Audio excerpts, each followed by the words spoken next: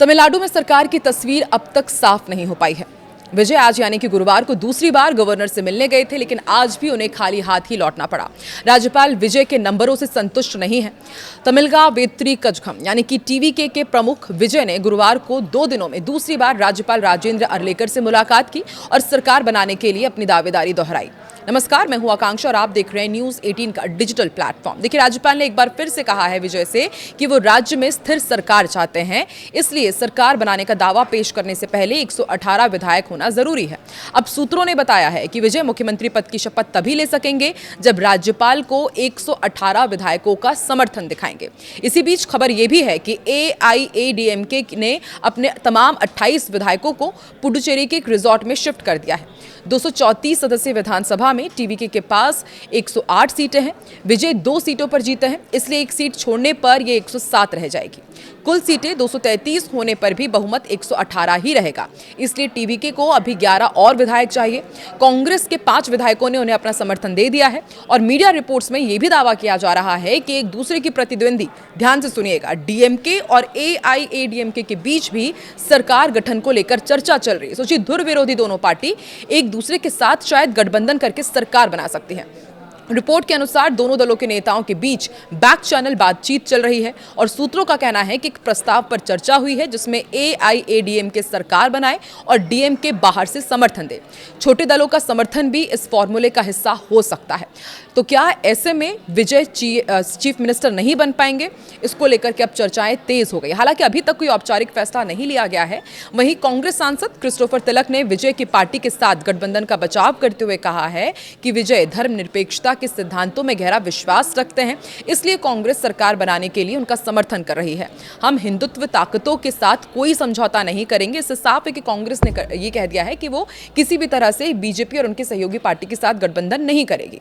तमिलनाडु के पूर्व मुख्यमंत्री ओ पनीरसेल्वम चेन्नई में डीएमके विधायकों की बैठक में शामिल होने के लिए मुख्यालय पहुंचे। इस घटनाक्रम के बाद राज्य की राजनीति में हलचल तेज हो गई है।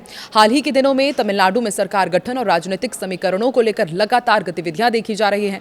हालांकि बैठक में किन मुद्दों पर चर्चा होगी या फिर पनीरसेल्वम की मौजूदगी क्या राजनीतिक महत्व रखती है, इस पर अभी कोई भी आधिकारिक जानकारी सामने नहीं आई है। फिलहाल सभी दलों की गतिविधियों पर नजर बनी हुई है और आगे के राजनीतिक घटनाक्रम का इंतजार किया जा रहा है। रिपोर्ट्स के मुताबिक तमिलनाडु की AIADMK के 28 विधायकों को पुडुचेरी के पूरन कुप्पम स्थित एक निजी रिजॉर्ट में ठहराया गया है। इस घटनाक्रम के बाद राज्य की राजनीति में हलचल तेज हो गई है। एक बार फिर से तमिलनाडु में रिजॉर्ट पॉलिटिक्स शुरू हो गई है। बताया जा रहा है कि सभी विधायक फिलहाल रिजॉर्ट में ही मौजूद हैं।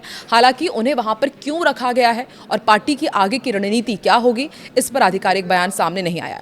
तमिलनाडु में हाल ही के राजनीतिक घटनाक्रम और सरकार गठन की चर्चाओं के बीच इस कदम को बेहद अहम माना जा रहा है। राजनीतिक दलों की गतिविधियों पर लगातार नजर बनी हुई है। तमिलनाडु विधानसभा के नवनिर्वाचित सभी विधायकों की सूची राज्यपाल राजेंद्र विश्वनाथ अरलेकर को सौंप दी गई है। ये सूची तमिलनाडु के मुख्य निर्वाचन अधिकारी अर्चना पटनायक ने चुनाव आयोग के अन्य अधिकारियों के साथ मिलकर पेश की।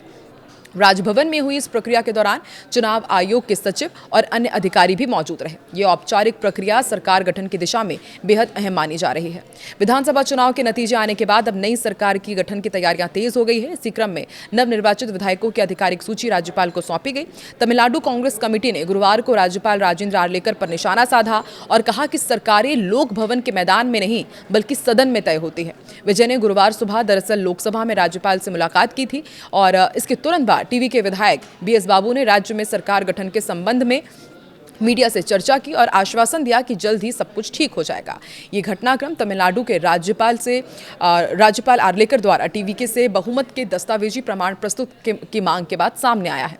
इसके अलावा सूत्रों ने ये भी बताया है कि पार्टी प्रमुख विजय बहुमत साबित होने के बाद ही शपथ ले सकते हैं। इसी बीच CPI, CPM और VCK के नेताओं ने चेन्नई में बैठक की है। ये बैठक ऐसे समय में हुई है जब टीवीके राज्य में सरकार बनाने की कोशिशों में जुटी हुई है। बैठक में शामिल नेताओं ने मौजूदा राजनीतिक स्थिति पर चर्चा की है। हालांकि बातचीत में किन मुद्दों पर सहमति बनी है या आगे की रणनीति क्या होगी, इसकी आधिकारिक जानकारी अभी सामने नहीं आई है। तमिलनाडु की राजधानी चेन्नई में VCK नेता थोल तिरुमावलमन ने यह कहा है कि DMK अध्यक्ष MK स्टालिन के आवास पर पहुंचकर उन्होंने मुलाकात की। इस मुलाकात के बाद राज्य की चर्चाएं तेज हो गई हैं।